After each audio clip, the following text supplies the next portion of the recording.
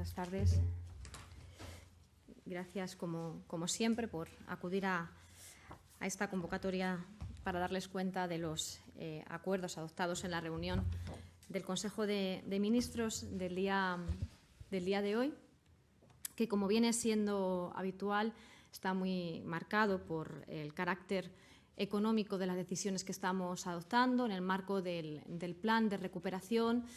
pues con el despliegue de los fondos y también con la confirmación de todas las reformas a las que nos habíamos comprometido con Europa para dar cumplimiento a nuestro plan. En este sentido, hay una importante reforma legislativa que tiene que ver con nuestro apoyo a las empresas y es una adaptación de la normativa en la ley concursal.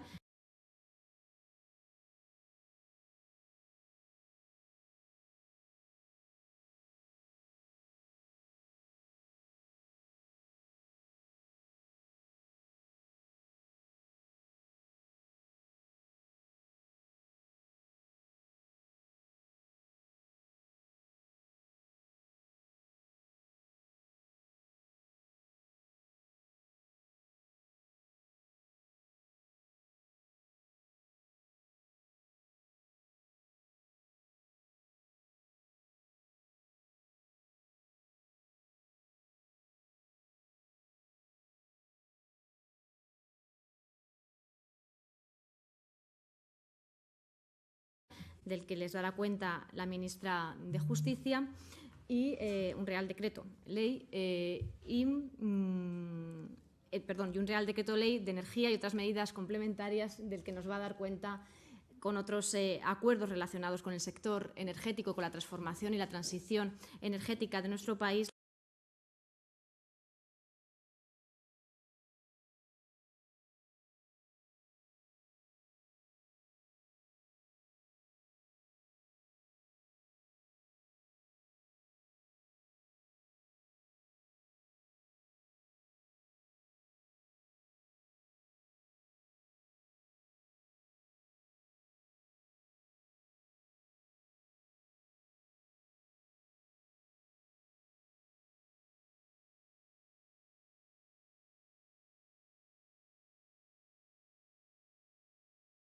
También con un tipo reducido a la importación de material sanitario contra la COVID, que también se estima en un valor de 225 millones de euros.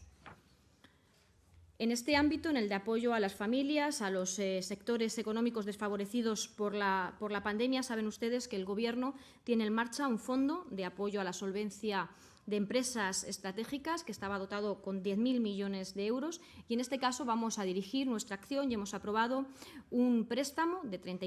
dos préstamos distintos que ambos suman 35 millones de euros para una empresa importante de nuestro país. Es un grupo maderero, Losan, con implicación en 3 territorios distintos, Castilla y León, Galicia y Castilla-La Mancha, que es una empresa de este sector que genera muchos empleos, 1.600 empleos, que exporta a más de 80 países y que, como consecuencia de la pandemia, ha tenido una afectación a su economía y el Gobierno apoya a esta empresa, apoyando con ello a todos sus trabajadores y trabajadoras y, en definitiva, al desarrollo de nuestro país. Otra de las líneas de trabajo del día de hoy tiene que ver con otro de los compromisos que ha evidenciado y manifestado el Gobierno de España y que hoy se va a ver también reflejado en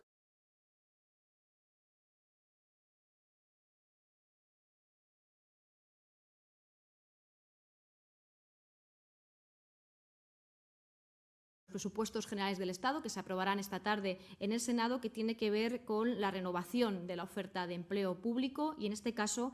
con una oferta extraordinaria de empleo público de 926 plazas para el Servicio Público de Empleo Estatal, conocido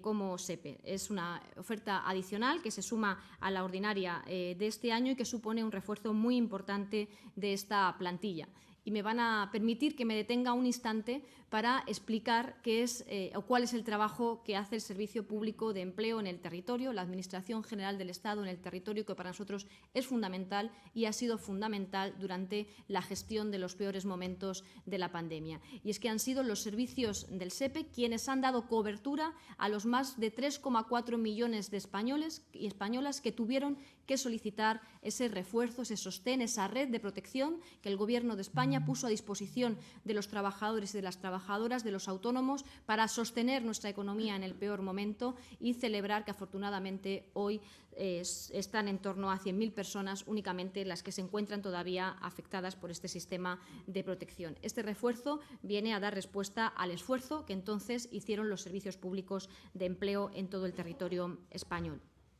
Y voy a terminar, antes de ceder la palabra a la vicepresidenta, con un acuerdo de estos que nos hacen sentir orgullo de país y que tiene que ver con las Fuerzas Armadas y su acción en la política exterior y en el compromiso por la paz de nuestro país. Se trata de la prórroga hasta diciembre del año 2022 de todas las operaciones y misiones de las Fuerzas Armadas en el exterior. Como saben ustedes, las Fuerzas Armadas están trabajando en favor de la seguridad, de la estabilidad y del apoyo a sociedades vulnerables, a sociedades frágiles, y que en estos momentos se hace más necesario que nunca. La inestabilidad en el mundo debido también a la pandemia, pero a otros cambios también en el ámbito de las tensiones geopolíticas, hacen necesaria acciones de paz, y nuestro país es un país comprometido con la paz. Esto se pone de relieve con la apuesta de estos 3.000 efectivos que están desplegados en distintas intervenciones internacionales al amparo de la Unión Europea, de Naciones Unidas o de la OTAN. Además, como saben ustedes y como también es habitual, el próximo 24 de diciembre el presidente del Gobierno contactará con ellos para mostrarles la gratitud de todo el pueblo español en nombre de todo el Gobierno a estas personas que trabajan por la paz y que hacen de nuestro país un país mejor. Ahora ya cedo la palabra a la vicepresidenta para los 4 bloques de acuerdos importantes en materia de transición energética. Muchas gracias, ministra, y muy buenas tardes a todos. Traemos efectivamente 4 grandes temas acordados en este Consejo de Ministros, más 2 cuestiones puntuales que comentaré también al final. Sin duda, el más importante es el decreto ley al que hacía referencia antes la ministra, en la que se adoptan medidas importantes para impulsar las infraestructuras de recarga eléctrica, el autoconsumo, medidas tributarias para aliviar la carga de las familias de cara al pago de las facturas de la luz el próximo año, y la tramitación de proyectos renovables que debían cumplir con determinados hitos que vencían el 24 de diciembre y requieren una prórroga.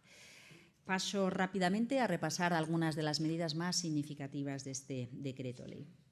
En lo que respecta al fomento del despliegue de infraestructuras de recarga, quisiera recordarles que nuestro compromiso es conseguir que haya 100.000 puntos de recarga antes de 2023, y pensamos que para ello podemos contribuir con la adopción de algunas medidas que simplifican la regulación para su instalación, tanto en el régimen de autorizaciones, en las zonas de servidumbre de protección de las carreteras, de la red de carreteras del Estado, donde siempre que se cumplan los requisitos de seguridad vial y acceso al mantenimiento de las carreteras se va a facilitar el que puedan instalarse estos puntos de recarga, la incorporación de obligaciones de instalación en las estaciones de servicio en las carreteras, en la red de carreteras del Estado, o la posibilidad de acelerar las obligaciones de instalación de puntos de recarga en aquellas instalaciones que no son edificios residenciales de uso privado, pero que cuentan con un numeroso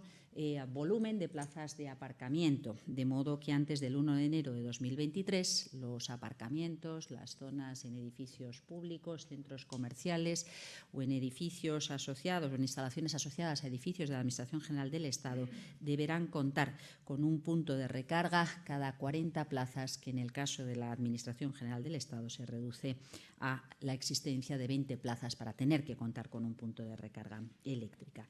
Lo más significativo en este ámbito es que habilitamos también a los ayuntamientos para adoptar bonificaciones fiscales, el 50% del IBI, el 50% del impuesto de actividades económicas para los locales comerciales y hasta el 90% de la exención de los impuestos de obras relativos a la instalación de estos puntos de recarga y, evidentemente, en línea con estas modificaciones, con estas actualizaciones, una actualización del régimen sancionador para quienes no cumplan con las obligaciones previstas actualizadas en el decreto ley.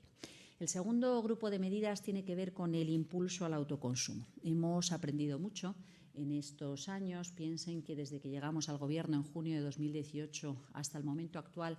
el autoconsumo se ha multiplicado por 2,5, es decir, ha crecido de forma muy importante en nuestro país. Ha sido muy significativo el impacto de la eliminación, de la supresión del impuesto al sol, pero también de las facilidades regulatorias para la instalación y la integración de las redes. Y también hemos aprendido cómo podemos ir acelerando ese ritmo de integración, impulsando esos objetivos de autoconsumo de manera ordenada y en beneficio de todos los ciudadanos y los actores económicos. Por eso, sabiendo que hoy contamos con más de casi 3.000 megavatios instalados frente a los 1.500 que existían a finales de 2020, es decir, este año 2021 ha seguido siendo enormemente productivo en la instalación de nueva potencia de autoconsumo, nuestro objetivo en el Plan Nacional Integrado de Energía y Clima para el año 2030 era tener 9.000 megavatios instalados que pueden ascender, visto el interés que hemos detectado en la sociedad, hasta 14.000. 14 gigas que evidentemente contribuirían a una modernización muy importante de nuestro sistema energético, a una democratización en el tipo de actores que participan en la producción y en el consumo de energía. Y digo producción porque algunas de las novedades que incorporamos en este decreto ley, y luego describiré en el segundo paquete de medidas, la hoja de ruta de impulso al autoconsumo, algunas de ellas, es aligerar las cargas que permitan verter los excedentes, aquello que producimos, en el sistema de transporte de electricidad. ¿Cuáles son las medidas que hemos incorporado? Son medidas fruto de estos 2 años de aplicación, de contraste con el sector durante todo este tiempo, instaladores, productores, personas que se han animado a instalar en sus cubiertas este tipo de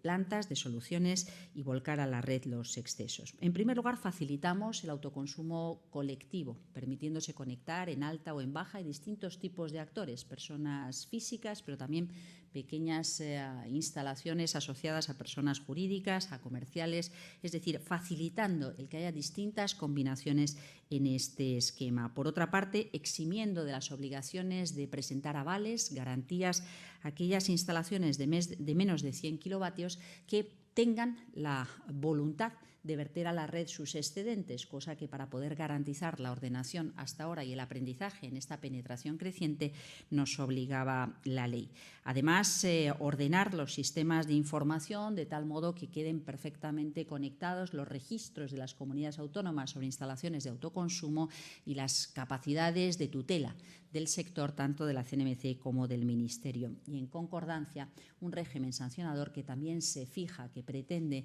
el que dejen de producirse algunos comportamientos, a veces desincentivadores, dificultadores, por parte de las distribuidoras, de las comercializadoras, que en principio debían estar recibiendo esos excedentes y que en ocasiones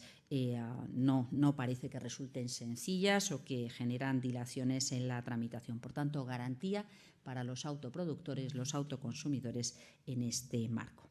El paquete más relevante para el conjunto de los ciudadanos, sin duda, es el que prorroga las medidas fiscales que adoptamos en el último trimestre. Sabemos que las perspectivas del precio de la electricidad en el mercado mayorista hoy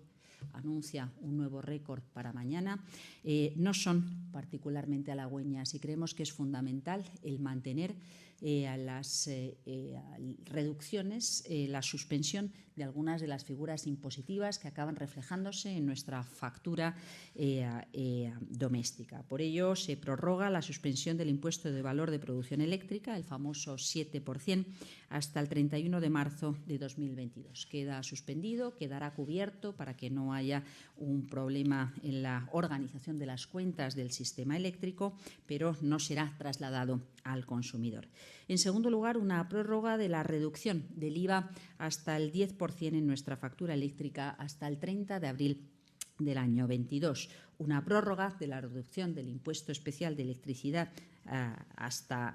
para llegar del 5,11, que es el tipo habitual, al 0,5, tal y como lo tenemos establecido en este último trimestre, hasta el 30 de abril del año 2022. Y, en consecuencia, también buscando la cobertura de los colectivos más vulnerables, aquellos que sean beneficiarios del bono social eléctrico mantendrán sus descuentos de entre el 60 y el 70% del consumo de su energía hasta el 30 de abril del año 2022. Hemos sumado una medida adicional importante para los consumidores de gas industrial.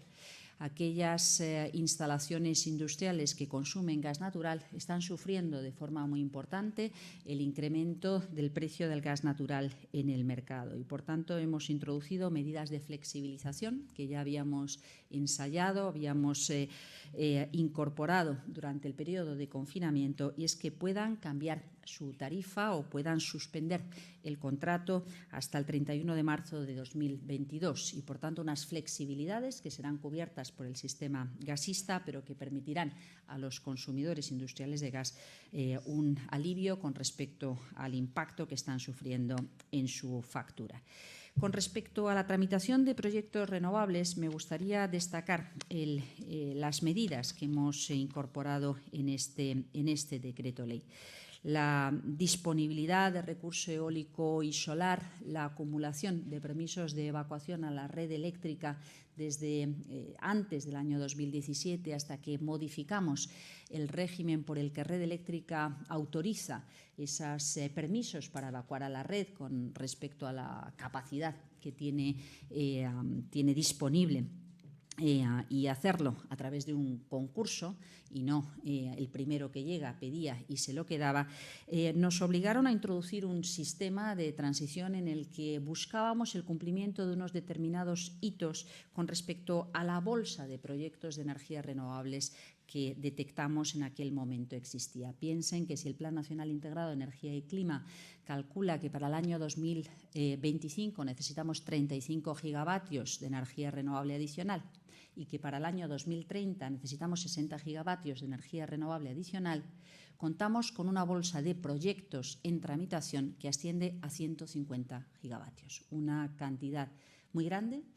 que probablemente no responda a lo que se vaya a materializar, pero que ha desbordado la capacidad de las administraciones de gestionar con todas las garantías estos proyectos. Por tanto, a petición unánime de los consejeros de Medio Ambiente responsables de la tramitación ambiental y de los consejeros de Energía responsables a veces de la tramitación energética o consultados en los supuestos en los que la competencia es del Estado, hemos ampliado los plazos para cumplir con los hitos intermedios que vencían ahora en diciembre y en abril de 2022. Y hemos hecho otra cosa que también es importante, dado que algunos de los promotores nos han transmitido que ellos estarían dispuestos a renunciar a aquellos proyectos que ven más complicados, que ven menos viables y, por tanto, liberar esa capacidad que hoy tienen retenida de evacuación a la red eléctrica, siempre y cuando pueden recuperar los avales que depositaron. Por tanto, abrimos una ventanilla que permitirá que durante un mes aquellos promotores que renuncien a esos proyectos y al permiso de evacuación que tenían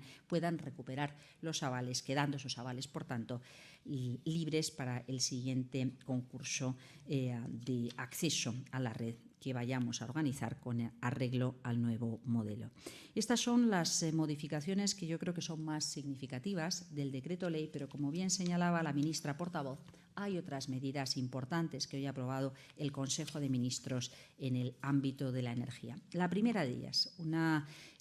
previsión esperada desde hace mucho tiempo por el sector y en la que venimos trabajando intensamente con los distintos actores implicados. La hoja de ruta de autoconsumo, tal y como hemos hecho con otros paquetes, con otras grandes orientaciones del Plan Nacional Integrado de Energía y Clima, tenemos la intención de poder dar a conocer la foto de conjunto, cuáles son las cuestiones relativas al análisis sobre cómo conseguir los objetivos que nos marcamos, cuáles son los puntos fuertes sobre los que seguir trabajando, cuáles son las medidas, a veces regulatorias, a veces de acompañamiento, de recualificación profesional, de consolidación de la cadena de valor industrial, por tanto, empleo y actividad económica en cada uno de estos ámbitos. Decía antes que tenemos cifras muy significativas, muy importantes con respecto al objetivo de crecimiento, un interés muy notable, tenemos un peso relevante con respecto a la cadena de valor. España sigue siendo una potencia muy importante, la construcción de inversores o de las estructuras de apoyo de las instalaciones fotovoltaicas o de la electrónica de potencia. Y pensamos que hay mucho más recorrido para otros ámbitos, como puede ser la mina eólica o seguir consolidando también en el ámbito de la fotovoltaica. Pero para esto es importante el identificar cuáles son los grandes ejes de trabajo y cuáles son las medidas que debemos adoptar. Algunas las hemos adoptado ya. Les recuerdo que hace poco modificamos la Ley de Propiedad Horizontal precisamente para facilitar que las comunidades de propietarios puedan solicitar sin necesidad de unanimidad, por mayoría, el poder hacer una instalación de autoconsumo o poder acceder a las subvenciones que están, gracias al Plan de Recuperación, Transformación y Resiliencia, gestionando las comunidades autónomas. Más de 1.200 millones de euros que están ya transferidos a las comunidades autónomas. Sabemos que en muchos casos es importante facilitar la información, la sensibilización, el explicar cómo se puede hacer sencillo la instalación de estas pequeñas plantas de autoconsumo, pero también facilitar la regulación, los trámites burocráticos para convertir algo que puede ser la aspiración de muchos para mantener los precios eléctricos bajo control en sus hogares o en sus pequeños polígonos o los polígonos industriales, en sus pequeñas instalaciones, de forma relativamente sencilla. Sabemos que va a ser también un eje de empleo relevante por lo que las medidas de formación profesional y de recualificación profesional son también clave en este ámbito, del mismo modo que lo es prestar atención a algunas zonas que merecen la atención por parte de las administraciones públicas. Zonas aisladas o territorios insulares, zonas, barrios en los que puede ser una solución importante o que puede facilitar el dar respuesta a las cuestiones relativas a pobreza energética, barrios, viviendas de protección oficial, viviendas sociales o aquellos otros ámbitos en los que se está produciendo todo un episodio de transición justa en el ámbito energético, donde puede haber tanto la dimensión de incorporación de soluciones energéticas como en la recualificación de trabajadores y vecinos, una necesidad de atención especial, de atención particular por parte de las administraciones. En paralelo, un buen despliegue ordenado de la transición hacia un modelo con un peso mayor del autoconsumo nos permite una mejor gestión de la información, de los datos, digitalización, luego hablaré de ello, también de almacenamiento detrás del contador, por tanto, incorporando herramientas que nos van a dar estabilidad en el conjunto del sistema o, como digo, nuevas tecnologías más allá de la fotovoltaica para impulsar autoconsumo con otras tecnologías renovables a pequeña escala, a escala doméstica o en el contexto de pequeñas comunidades energéticas locales. Por tanto, 37 medidas que aparecen en este documento, que evidentemente no es prescriptivo, pero sí es una importante propuesta donde aparecen recogidas todas las referencias y los calendarios, las propuestas regulatorias y no que se impulsan desde la Administración. Hay otros dos reales decretos que hemos aprobado esta mañana con contenido energético importante. En primer lugar, el Real Decreto de digitalización de redes de distribución. Un sistema inteligente, capilarizado, en el que el conjunto de las redes de distribución pueda ofrecer información a los gestores para contar con la máxima eficiencia en el consumo de nuestros recursos, el máximo rendimiento de todos los usos finales, incluido el autoconsumo, al que he hecho referencia en este momento, pero también las instalaciones de recarga, a los que también he hecho referencia en este momento, y evidentemente el resto de los consumos finales. Por eso hemos querido impulsar, al hilo del Plan de Recuperación, Transformación y Resiliencia, una línea específica que acompañe a los titulares de las redes de distribución, y recordemos que es una actividad regulada, por tanto se sabe quiénes son y en qué proporción contribuyen a esta fase del sistema eléctrico, el acceder a una subvención para poder digitalizar su parte de distribución de redes. Una medida que está concebida para ser aplicada en 3 años, empezando con este final de 2021, que destinará 148 millones de euros, en 2022 150 millones de euros, en 2021 227 millones de euros, en 2022 148 y 150 en el año 2023. En total, 525 millones de euros para la digitalización de redes, que será gestionada directamente por la Comisión Nacional de los Mercados y la Competencia, contando con una red inteligente, facilitando todas las soluciones y la transformación que estamos viviendo ya en el ámbito eléctrico.